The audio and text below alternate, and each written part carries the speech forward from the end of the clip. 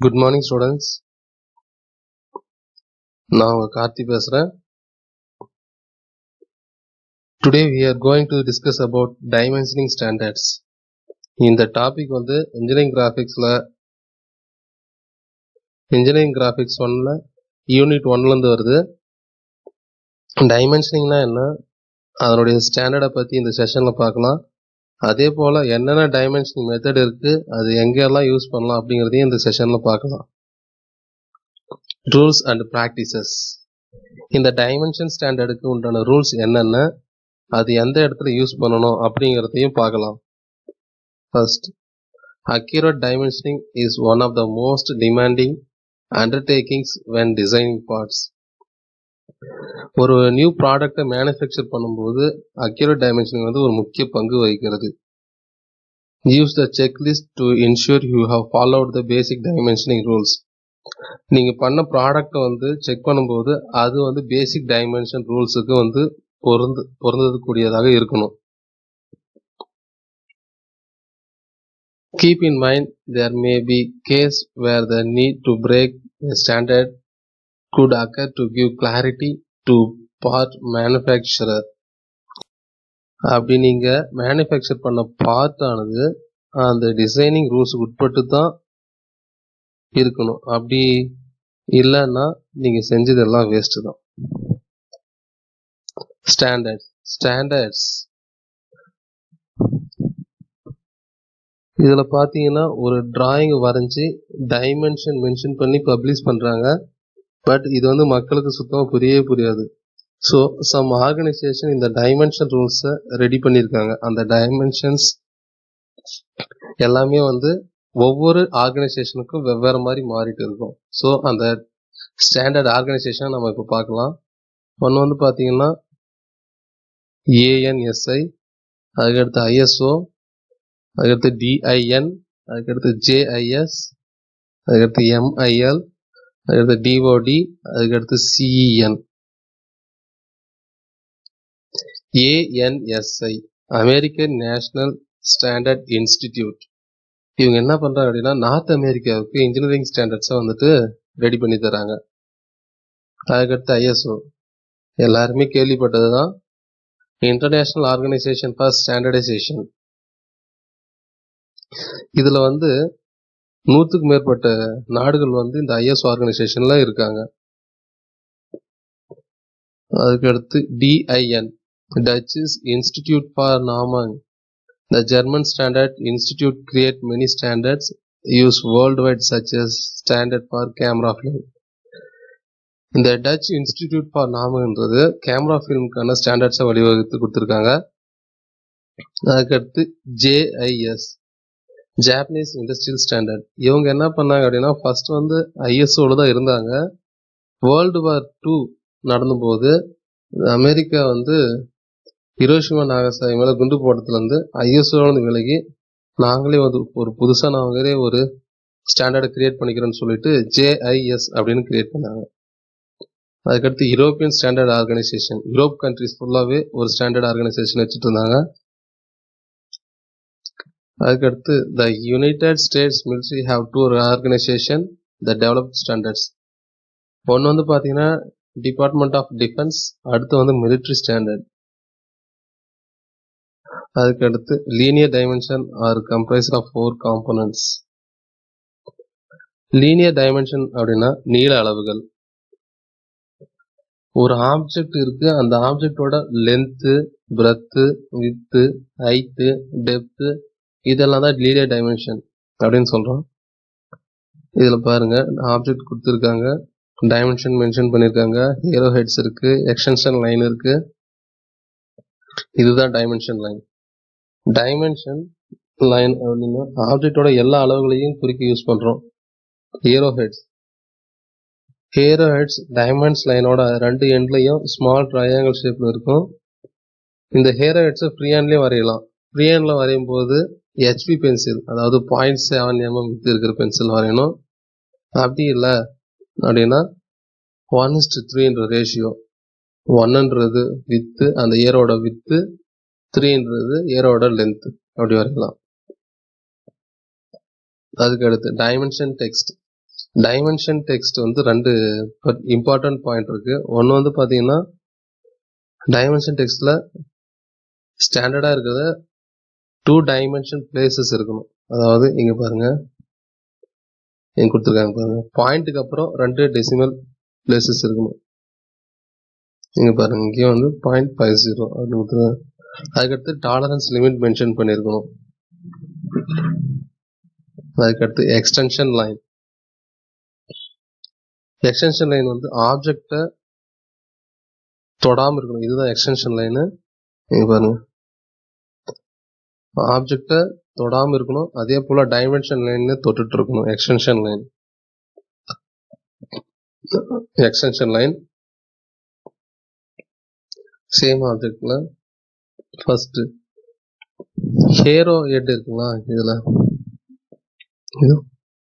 இந்த hero head touch ஆகிறதுல இருந்து இந்த எக்ஸ்டென்ஷன் லைன் 3.2 mm மேல இருக்கும். அதாவது 1/8 இன்ச்சஸ்னா 3.2 mm மில்லிமீட்டர்ல அதிகமா இருக்கணும், எக்ஸ்டெண்ட் இருக்கணும்.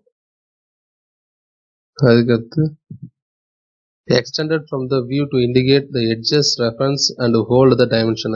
dimension line தொட்டுட்டு இருக்கணும். அதுக்கடுத்து 1/16 gap from the view so they are not confused with the visible lines. அதாவது 1.16னா 1.58 mm கேப் இருக்கணும். ஆப்ஜெக்ட்டுக்கும் அந்த எக்ஸ்டென்ஷன் லைனுக்கும் அப்ராக்சிமேட்லி 1.6 mm கேப் இருக்கணும். அப்படி இருந்தால் தான் அது எக்ஸ்டென்ஷன் லைன், எல்லாம் வந்து அது ராங். அதுக்கடுத்து டைமென்ஷன் லைன். டைமென்ஷன் லைன் ஒன்று வந்து ஹரிசாண்டல் லைன், அதுக்கடுத்து வெர்டிக்கல் லைன், அதுக்கடுத்து அலைன்டு லைன். இதில் பார்த்தீங்கன்னா ஒரு ஆப்ஜெக்ட் வந்து நம்ம டைமென்ஷன் லைன் மெஷர் பண்ணுறோம். ஆப்ஜெக்ட்ல இருந்து 10 mm கேப் இருக்கணும் அந்த டைமென்ஷன் லைனுக்கும் ஆப்ஜெக்ட்டுக்கும். அதே போல 2 டைமென்ஷன் லைனுக்கும் இடையே உள்ள கேப் வந்து 6 mm இருக்கணும். அதுக்கடுத்து ஏரோஹெட். ஏரோஹெட் நான் ஏற்கனவே சொல்லிட்டேன். ஏரோஹெட் வரையணும் அப்படி ஃப்ரீஹேண்ட் ஸ்கெட்சில் வரையணும் அப்படின்னு சொன்னால் ஹெச்பி பென்சில், அதாவது 0.7 mm வித் இருக்கிற பென்சிலில் வரையணும். அப்படி இல்லைன்னா 1:3 ratio, 3 mm long 1 mm wide, அதில் வரையணும். Arrowheads point directly to the object that is being dimensioned or the extension line at the end of the dimension. Arrowheads are made 3 times as long as they are wide. சொல்லியிருக்காங்க 1:3 என்ற ratio இப்படி சொல்லியிருக்காங்க. Arrowheads are made 3 times as long as they are wide. இந்த arrowheads types of arrowheads இருக்கு. ஒன்று வந்து பார்த்தீங்கன்னா normal arrowheads, அதுக்கடுத்து பாயிண்ட் டாட், அதுக்கடுத்து ஆப்ளிக்யூ டிக்கு, அதுக்கடுத்து டேட்டம். டேட்டம்னா அதாவது பாட்டம் ஸ்டார்டிங்லேருந்து வர்றது, கீழே இருக்கிறதா டேட்டம்னு நான் சொல்லுவோம். ஏரோஹெட்டுக்கும் இந்த டேட்டமுக்கும் வந்து கொஞ்சம் வித்தியாசம் இருக்கு பாருங்க. இந்த ஏரோஹெட் வந்து இப்படி இருக்கு, இது வந்து அதுக்கு ஆப்போசிட்ல அப்படியே ட்ரையாங்கிள் ஷேப் ஆப்போசிட்ல இருக்கு. அதுக்கடுத்து டைமென்ஷன் டெக்ஸ்ட். டைமென்ஷன் டெக்ஸ்ட் ஒரு டைமென்ஷன் லைனோட சென்டர்ல இருக்கணும். அது ஹரிசாண்டலாவும் இருக்கலாம் ஆர் வெர்டிகலாவும் இருக்கலாம். If the dimension text will not fit between the extension line, it may place outside them. அதாவது ஒரு டைமென்ஷன் டெக்ஸ்ட் வந்து அந்த டைமென்ஷன் லைனுக்குள்ள வந்து எழுத முடியல அப்படின்னு சொன்னா எக்ஸ்டென்ஷன் லைன் போட்டு அவுட் சைட்ல எழுதிக்கலாம் அப்படின்னு சொல்றாங்க. டைமென்ஷனிங் மெத்தட் இது 2 டைப் இருக்கு. ஒன்று வந்து பார்த்தீங்கன்னா யூனிடைரக்ஷனல் மெத்தட், இன்னொன்று வந்து பார்த்தீங்கன்னா அலைன்டு மெத்தட். யூனிடைரக்ஷனல் மெத்தட்னா ஒன்றும் இல்லை, சேம் டைரக்ஷன்ல வந்து நம்ம டைமென்ஷன் மெஷர் பண்ண போனோம். The unidirectional method means all dimensions are read in the same direction. ஒரே சைடு இருந்து நம்ம பார்க்கறது படிக்கிறது. இதே aligned method அப்படின்னா the aligned method means the dimensions are read in alignment with the dimension line or side of the part. Some read horizontally and others read vertically. ஹரிசாண்டலாகவும் இருக்கும் வெர்டிகலாகவும் இருக்கும் aligned மெத்தடில். ரெண்டுத்துக்கு டிஃப்ரென்ஷியேட். இது unidirectional method.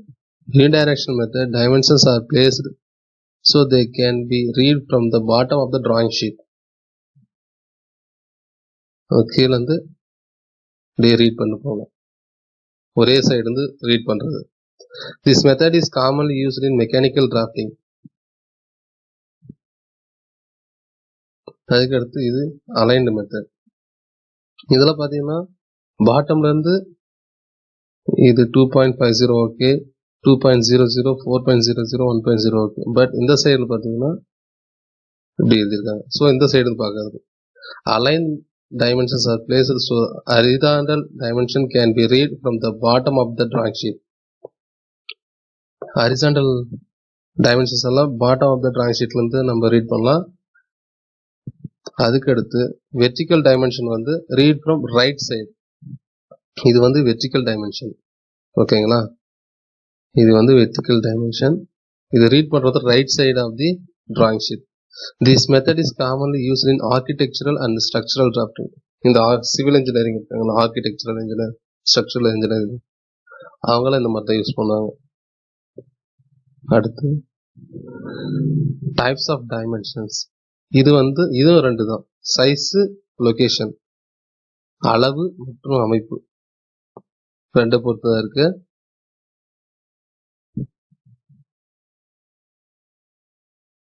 Size dimensions are placed in direct relationship to the future to identify the specific size.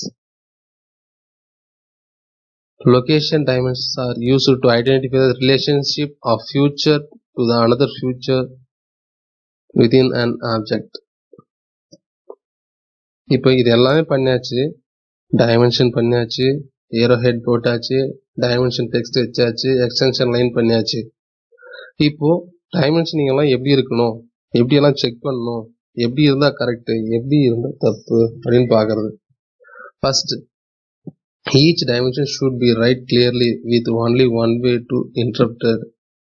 கிளியராக எழுதியிருக்கணும், சரியா? மற்ற டைமென்ஷன்ஸ்க்கு disturb பண்ணக்கூடாது. அதுக்கடுத்து ஒரு லைனுன்னா ஒரே ஒரு டைமென்ஷன் தான் இருக்கணும், அதை பிட்டு பிட்டா பிரித்து ரெண்டு டைமென்ஷனாக மென்ஷன் பண்ணக்கூடாது. அதுக்கடுத்து dimension and extension line should not cross. Dimension லைனும் எக்ஸ்டென்ஷன் லைனும் ரெண்டும் வந்து கிராஸ் பண்ணக்கூடாது. ஏற்கனவே நம்ம பார்த்தோம்ல, அதுக்கு வந்து 1.6 mm கேப் இருக்குன்னு சொல்லியிருந்தது, அது வந்து கிராஸ் ஆகக்கூடாதுன்னு சொல்லியிருக்காங்க. Each future should be dimension. எல்லா பார்ட்ஸ் எல்லா லைனும் மென்ஷன் பண்ணியிருக்கணும்னு சொல்கிறாங்க. ஹைட்டு, பிரெத்து, லென்த்து, டெப்த் எல்லாமே வந்து மென்ஷன் பண்ணியிருக்கணும்னு சொல்லியிருக்காங்க. அப்படி எதனா ஒன்று மென்ஷன் பண்ணலனா கூட வந்து நமக்கு அந்த டைமென்ஷன்ஸ் தெரியாது, அதுக்கப்புறம் வந்து மேனுஃபேக்சரிங் டிஃபெக்ட் ஏற்படும். அதுக்கடுத்து சர்க்கிளை எப்படி டைமென்ஷன் பண்ணணும்னா டயா அப்படின்னு சொல்லி டயாமீட்டர்ஸில் வந்து மென்ஷன் பண்ணணும். அதே போல் ஆர்க்கை வந்து ரேடியஸ் அப்படின்ற யூனிட்ல வந்து நம்ம மென்ஷன் பண்ணணும். அப்படி வந்து நம்ம ஆர்க்கை ரேடியஸில் பண்ணாமல் டயாவில் பண்ணாலும் சரி, அப்படி சர்க்கிளை வந்து டயாவில் பண்ணாமல் ரேடியஸில் பண்ணாலும் சரி, அதெல்லாம் தப்பு அப்படின்னு அர்த்தம். அதுக்கடுத்து central line should be extended and used as extension line. நம்ம சென்ட்ரல் லைனவே வந்து எக்ஸ்டென்ஷன் லைனை யூஸ் பண்ணிக்கலாம். எப்போ அப்படின்னா நிறைய டைமென்ஷன்ஸ் குறிக்கும்போது. Dimensions features a view should be clearly shown the true shape. என்ன சொல்றாங்க அப்படின்னா, ஒரு ஆப்ஜெக்டோட லைனும் டைமென்ஷன் லைனுமே டிஃபரன்ஷியேட் பண்ணி காட்டணும். டைமென்ஷன் லைன், எக்ஸ்டென்ஷன் லைன் எல்லாமே வந்து தின் லைன்லையும், ஆப்ஜெக்டோட லைன் வந்து திக் லைன்லையும் போட்டிருக்கணும். Enough space should be provided to avoid crowding and misinterpretation. Space வந்து அதான் ஏற்கனவே சொன்னது தான், ஒரு டைமென்ஷன் லைனுக்கு இன்னொரு டைமென்ஷன் லைனுக்கு 6 mm கேப் இருக்கணும். அதே போல் ஆப்ஜெக்ட்லேருந்து 10 mm கேப் தான் டைமென்ஷன் லைனை கிரியேட் பண்ணணும். Extension line and object line should not overlap. ரெண்டும் வந்து இணையக்கூடாதுன்னு சொல்லிட்டாங்க. dimension should be placed outside the part. அதாவது ஆப்ஜெக்ட் உள்ள வந்து எந்த ஒரு டைமென்ஷனையும் குறிக்க கூடாது. அப்படி குறிச்சா அது தப்பு. டைமென்ஷன் வந்து ஆப்ஜெக்ட்டுக்கு வெளியே தான் குறிக்கணும் அப்படின்னு சொல்லியிருக்காங்க. Centre lines or marks should be used all circles and holes. சர்க்கிளுக்கும் ஹோல்ஸுக்கும் அப்படின்னா சிமெட்ரிக்கல் ஆக்சிஸ் எந்தெந்த ஆப்ஜெக்ட் இருக்கோ எல்லாத்துக்குமே சென்டர் லைன் கண்டிப்பாக வரையணும். அப்படி வரையலைன்னா தப்பு.